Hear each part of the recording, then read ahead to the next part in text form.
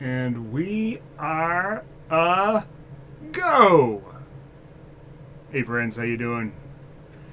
Ernie here with Trader of Futures and Patterncast. Today was supposed to be a big day, I think. Kind of a, I don't know what to call it. It's one of these little things that a lot of Bitcoinists are kind of hanging on to. This approval from the SEC, this approval that they're hoping will legitimize Bitcoin, this approval that they think will usher in institutional support to Bitcoin, which is what they desperately need. They need more money to come into Bitcoin. They need more money, they need more network advantage, and it's not happening. I mean, do not mistake this most recent 50% surge as anything but complete manipulation by the whales. It is nothing more than that. There is not more money coming in. There is no evidence that there is more money or more interest from the general public coming into Bitcoin. It's just not happening. It's a fallacy.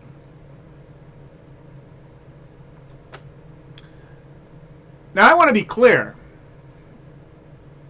I may sound like a Bitcoin detractor. That's not what I am. I am simply a realist. I'm watching Tom Lee, bobblehead Tom Lee. They bring him on, whenever there's a surge in Bitcoin, and then he waxes poetic about how he called it all, when in fact every single fucking call he's ever made has been wrong. Yet he'll take credit. It is so unbelievable. So the SEC thing that I'm talking about, they're looking for, the Van Eck ETF to be approved. Well, that was supposed to happen today. In previous attempts, they have pushed it off. They said, well, we really don't want to handle or deal with this. And of course, the Bitcoin community took this as, well, they need to kind of digest more information. They need to understand it better. They're just not there yet. No, they understand completely. They understand completely that the industry is infiltrated, is soiled, is downtrodden with fraud left and right. They're dealing with it every friggin' day. We just got over a tax season. They're still not over that. They're still trying to deal with all the malfeasance that has happened out there. This is the truth. This is why they have no interest in approving a Bitcoin ETF. They're charged with protecting the consumer and maintaining stable markets. And under that guise, they have decided to not entertain a Bitcoin ETF. That should say something to you. Go back to the CME and look at, what should be like a no-brainer product, the CME futures version of Bitcoin. If they had confidence in it, they would allow at least 10 times leverage, maybe 20 times leverage, which would still be way, way, way, way on the low side of all other commodity products. In other words, when it's on the low side, that means that they have less confidence. But have they offered 20 times leverage? No. Have they offered 10 times leverage? No. Have they offered 5 times leverage? No. Have they offered 2 times leverage? No. Just under 2 times leverage. So a futures product that has just under 2 times leverage. In other words, it will cost you a shitload to put it into your portfolio so that you can protect your position. They are so unsure and so fraught with the idea of this being such a, unstable product that they're not willing to extend more than 2 times leverage. Now, the CME is the largest exchange of commodity products in the world. It is the largest exchange, period, with more than $30 trillion of assets under their stewardship. No small thing. So Bitcoin is, they could deal with it. I mean, it's, they're dealing with a large market, but they don't even want to deal with it. They have more trust in weather ETFs. I'm sorry, weather futures products. Weather futures products. They have more trust in weather futures products than they do with Bitcoin. That is a fact. Think about that. So, I know that a lot of you're traders out there, and, you think you got it going on. You made a little money. You got lucky with Bitcoin. You think you understand. You're a titan of industry because you made a few $1,000. But you don't know jack. You don't know that. You don't know jack shit about trading and risk in the professional world, and wondering why the institutional traders aren't piling into this.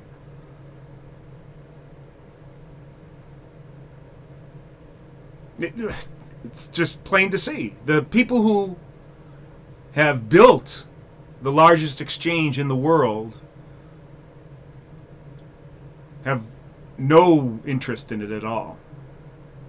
At all. The SEC has no interest in it at all. They've pushed off the Van Eck ETF once again. And it's not because they need to give it more time. They hired a Bitcoin analyst. They have been taking under advisement many of the consultants and looked at it from every which way. They have, including the CFTC, they have been looking at Bitcoin very seriously in laboratory environments and with real world involvement in the crypto and other cryptos for many years. They have experience with it. It's not like they are, head in the sand. No. And yesterday we had people that were on the channel that were trying to claim that, Bitcoin is like the perfect currency, offering anonymity and all this other bullshit. Obviously, they have no idea what they're talking about. No technical expertise whatsoever.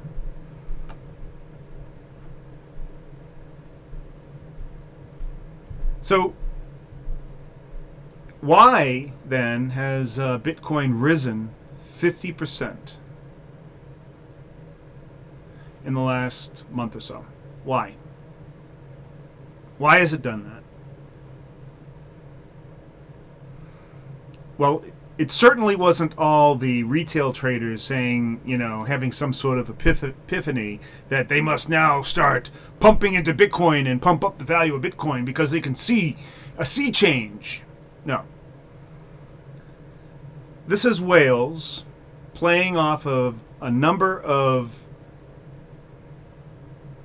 points or data points or things that are sort of tacit in the Bitcoin community, things like the Van Eck ETF, things like some of the new payment systems that are coming out that are very slow to be adopted, things like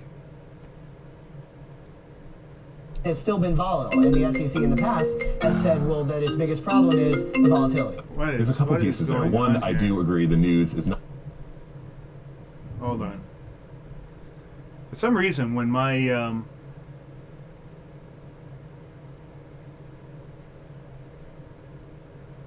For some reason...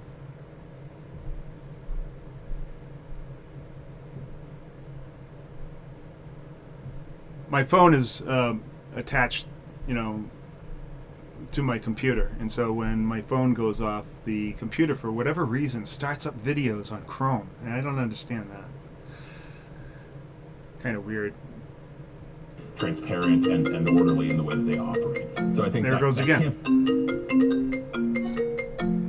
Hello. Hello. Goodbye. Not going to answer?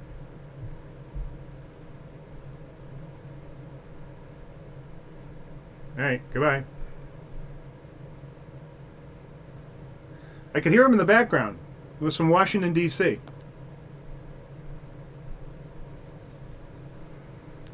I mean, I know people in Washington, D.C. What the hell?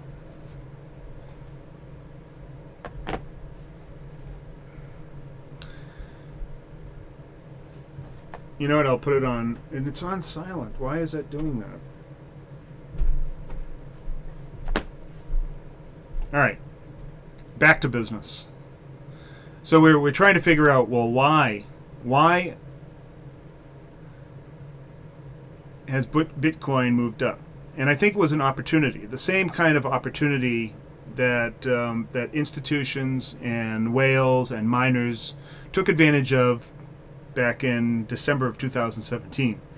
Actually, I should say the fall and the winter of 2017, when they pushed Bitcoin up to its high in that initial bubble to nearly $20,000 a Bitcoin.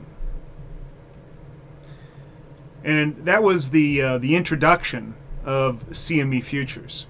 CBOE futures had already existed for a little bit, and now the big boy was coming on the block.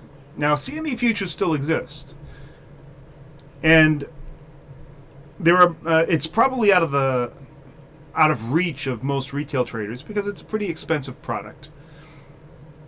But it exists. It's out there, and I'm sure that there are many miners that are taking advantage of it to help stabilize their business, to guard against these huge fluctuations in Bitcoin price. And whales are also using it. And of course, the institutions and whales used it and used that story to pump up the price to magnificent levels, only to dump it and then short it as soon, the same day. The same day, and don't tell me that there is no correlation, because of course there is, the same day that the CME futures were released and opened to the market. The exact same day was the height, the top, the pinnacle of the Bitcoin bubble. That's when it burst. Don't you see what happened? They played you like a fiddle. Same thing's happening here with the Van Eck ETF and the Bitcoin halvening. All of this stuff is playing you retailers like a fiddle. It's exactly what they're doing. They're just playing you. They're playing on your emotions. They're playing on your want of, instant gratification. Somehow you feel like you're deserving, you're entitled to this. They're playing off of the political turmoil that is going on between the trade wars. They're claiming that is the reason why Bitcoin is going up. It's perfect cover.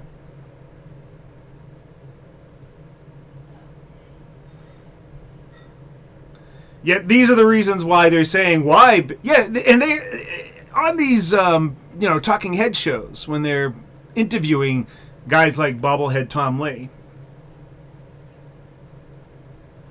Someday his neck is just going to snap.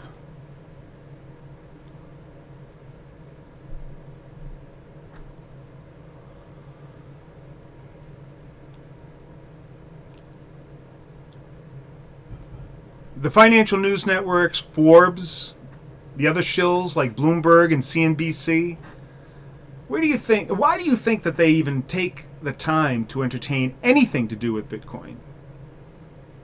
When it's such a small thing. Are they doing the same thing with lumber futures? Or weather futures? Which are bigger?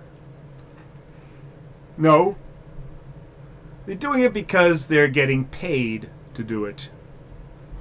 There are very wealthy people that are involved in Bitcoin that are basically paying these people to shill the market so that they can pump it and extract more blood from you. It's what they're doing. Now, from a technical point of view, I'm looking at Bitcoin right now. It's right behind my head. See it? There it is. We'll move it over here so it's over my shoulder. From a technical point of view, I look at this and I see what looks like a consolidation pattern after a move up. Volume is coming down. And, all technical acumen would say that, this is a continuation pattern and it looks like it's going to take off from here. And it very well could. Where is that money going to come from? How much money will it take to move up like that? How much money did it take to push it down this initial time after the initial rise? It didn't take much. It only took about $35 million to push it down nearly 2,000 points. These whales are dealing with small amounts of their total capital to push this around, to attract people, to backfill the vacuum that they create when they push it up. And then they just suck it right out. It's like a cash register to them. Ka-ching, ka-ching! Ka-ching, ka-ching!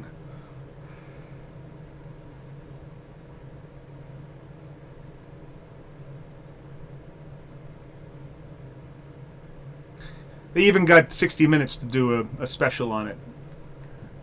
You would think that's something like 60 Minutes, any kind of expose that they're doing would take weeks and weeks to put together all the information and resources and research, and then they would present it on the show, and which it normally does.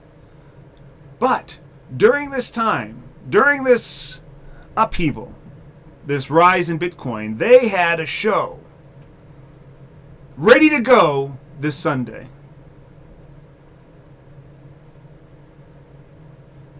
Don't you find that strange? Don't you find that timing strange? Why didn't they do it, say, back in March, when Bitcoin was in the dregs?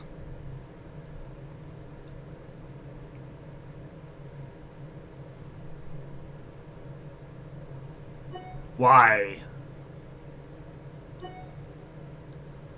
Why?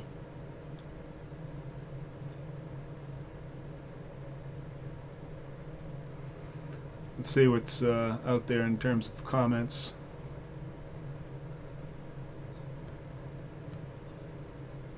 Restore chat. Pop out chat. There we go.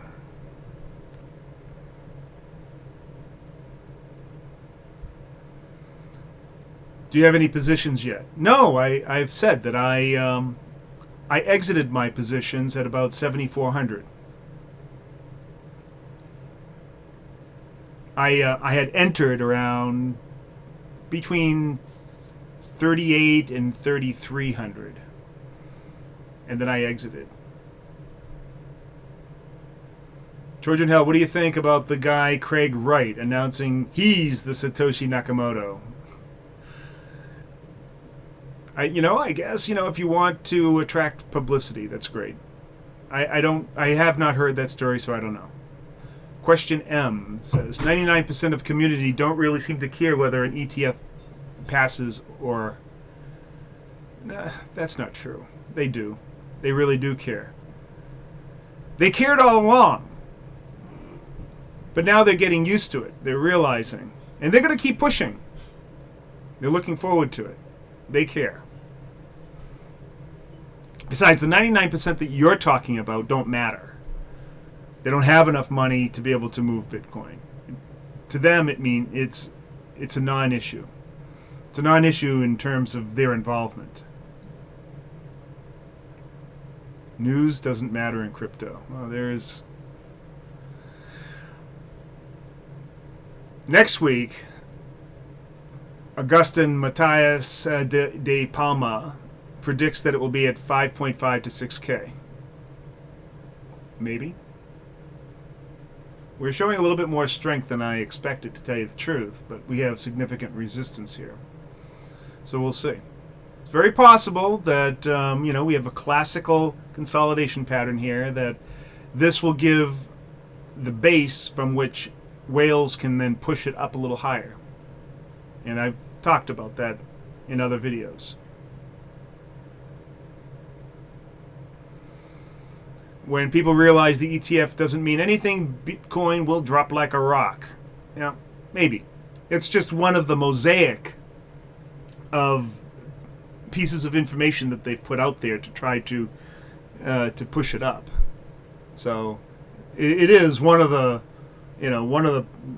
bricks that has been removed. A95. What do you think about Nouriel Roubini? People keep on asking me about him.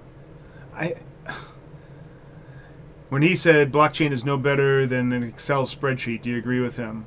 I don't really agree much about anything that Nouriel Roubini says. I mean, he's got way more money than I do, that's for sure. He's a perma bear, I believe. It doesn't mean anything to me. Raziel, he is right. Blockchain isn't the innovation. It's Bitcoin protocol on top of blockchain. That's true. It's the application on top of blockchain technology that is the innovation. I agree with that. Hayseed, how you doing? Ernie, you're being insensitive today. People are getting their feelings hurt. When have I ever cared about other people's feelings on my show? Toucan Sam, are you going to short the rally? As I said, I'm waiting for a roundover. All right. Right now, I'm looking at this, and it still has not broken the bubble pattern, and so I'm looking at some point for a move down. Now, if it doesn't move down, then I have to reevaluate. But if it does move down, say it gets down below 6,800, then yes, I will start shorting it. I'm not looking to catch the tops or the bottoms. It's not possible. It's possible, but it's unlikely. G-Man 539. Bitcoin has surged because the whales have driven the price back up to bring excitement and to bring the suckers back in. Yeah, of course, but they always want to use some bait. They got the halving, they got the ETF, they've got this, they've got that. They got Spedend, Flax, and all this other bullshit.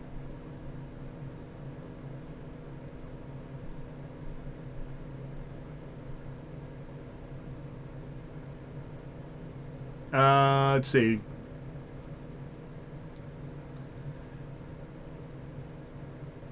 Ernie, if you look at daily July 8th, 2018, the daily looks like a replica.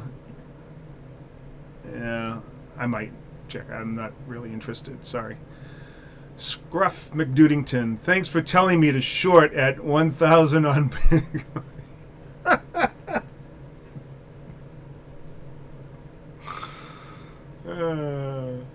You're a real card, man. Scruff. This message is held for review by Mail Talk Praj. Why is that? It says, hey Ernie, you have around 4.1k subscribers. Out of these 4.1k subscribers, most people from crypto enthusiasts. If you keep on talking negatively about crypto, very soon you'll start to lose or unsubscribe. Now, why would that have been censored? I just had to show it. I'm not sure why you say that. My subscribers has been going up, not down. And not all my subscribers, I don't know why you get the idea that most of my subscribers are crypto enthusiasts. That's not true.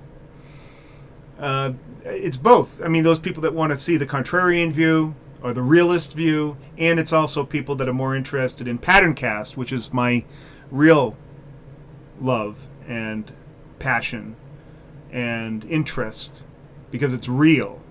PatternCast, it's a pattern recognition system service that provides signals for trading Forex, futures, and stocks. And it's off the friggin' charts. We have been killing it. Every day. Not on selective days like Bitcoin. Every day.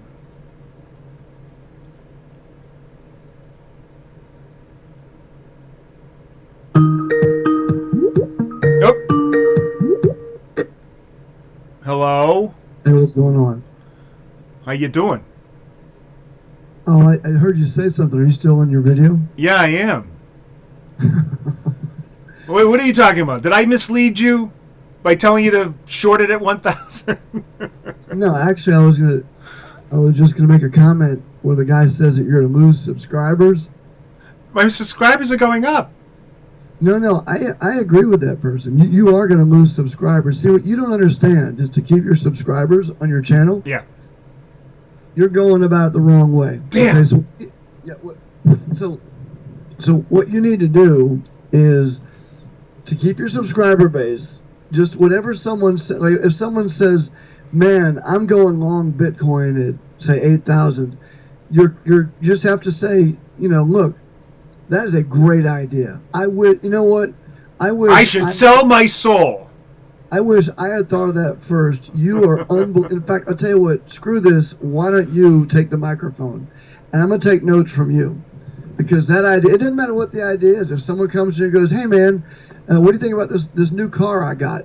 And it doesn't matter if they can't afford it. It doesn't matter if it's ugly and the color doesn't match their eyes or whatever it is that they normally would want. Just go, "Look, dude, that car is badass. I wish I had come up with that." And in fact, that's your phrase from now on. If someone says, "What do you think?" Just go, "I wish I'd have come up with that. You're a genius." And that's all they want to hear. And that's how you keep your subscriber base happy. It's called echo chamber, backslapping, like seal clapping.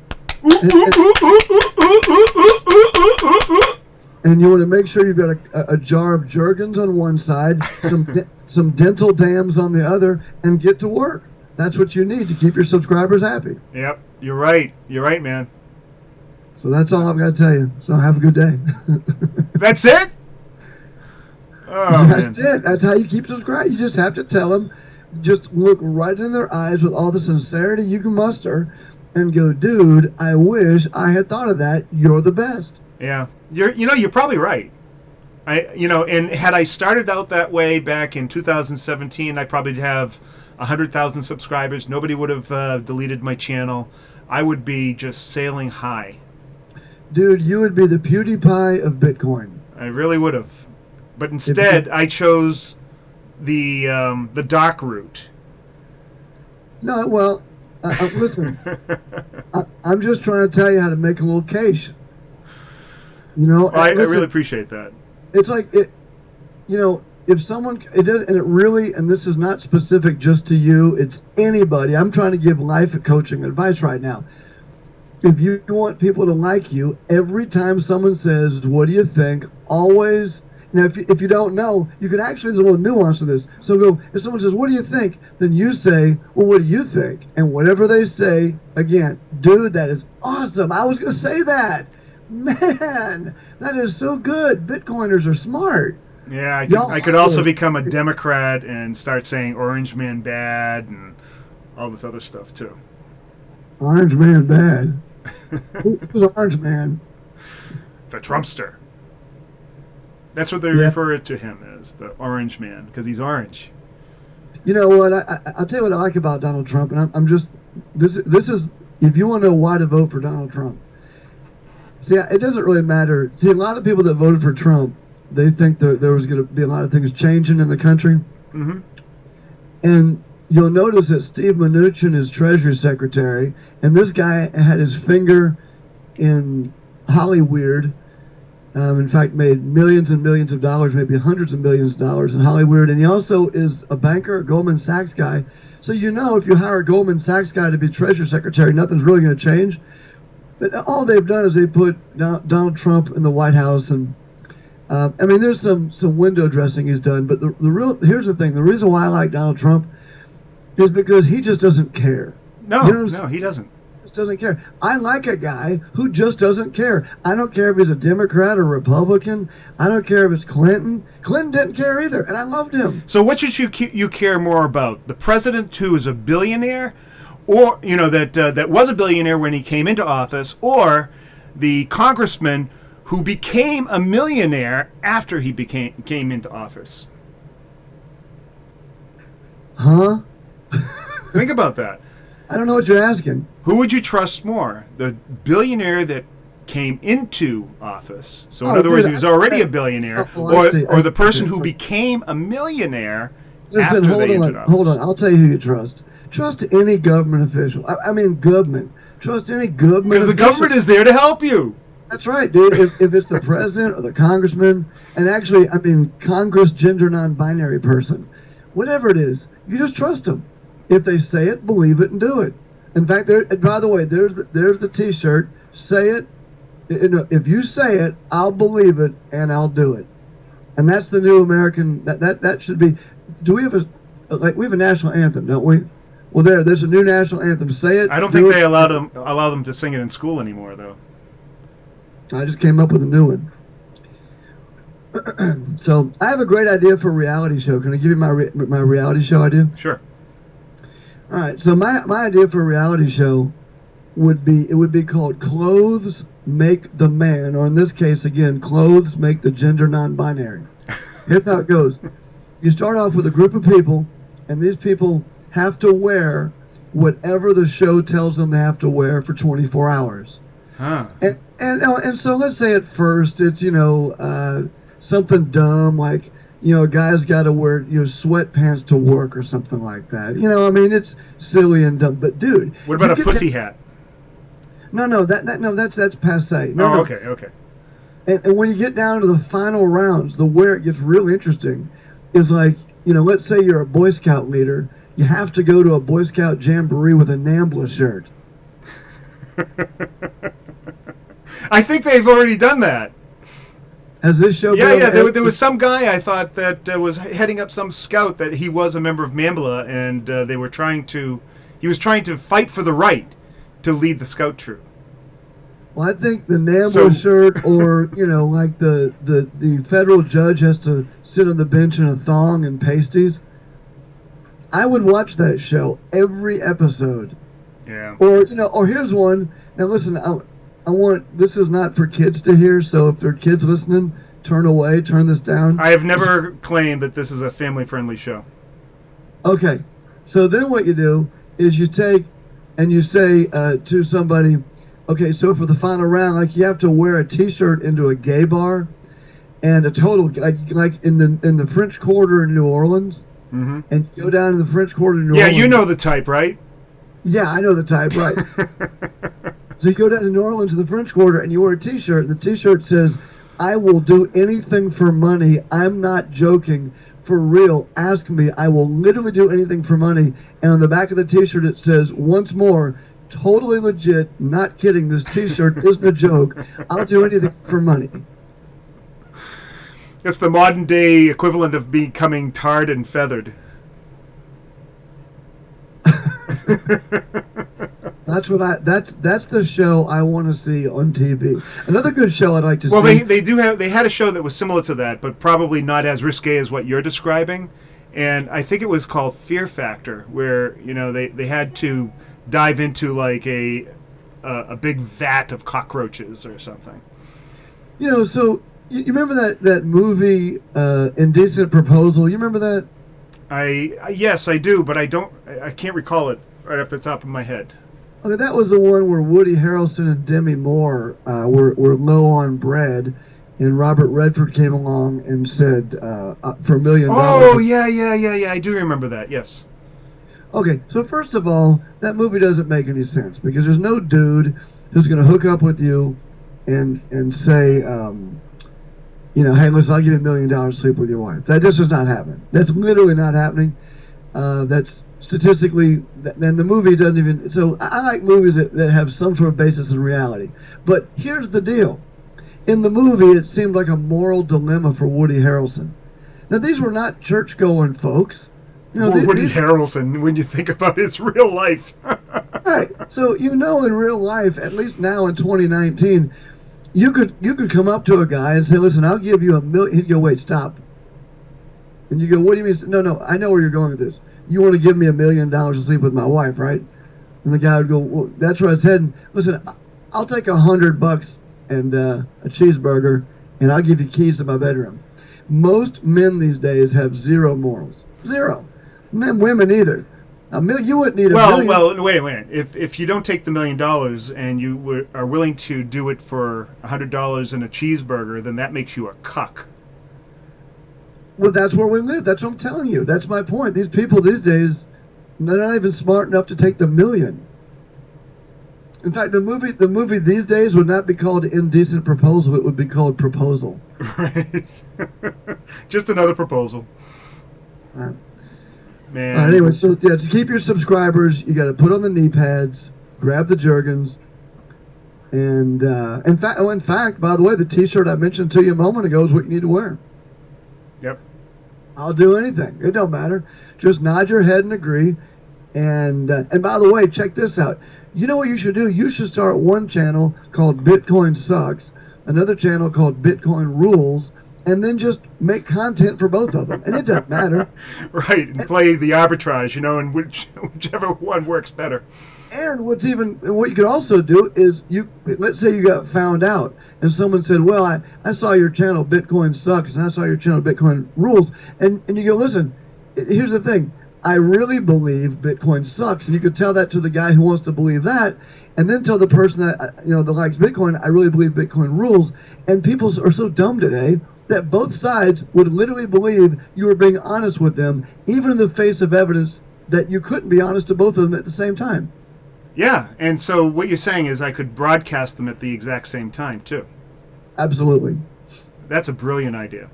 I'm going to do it. Orange man bad.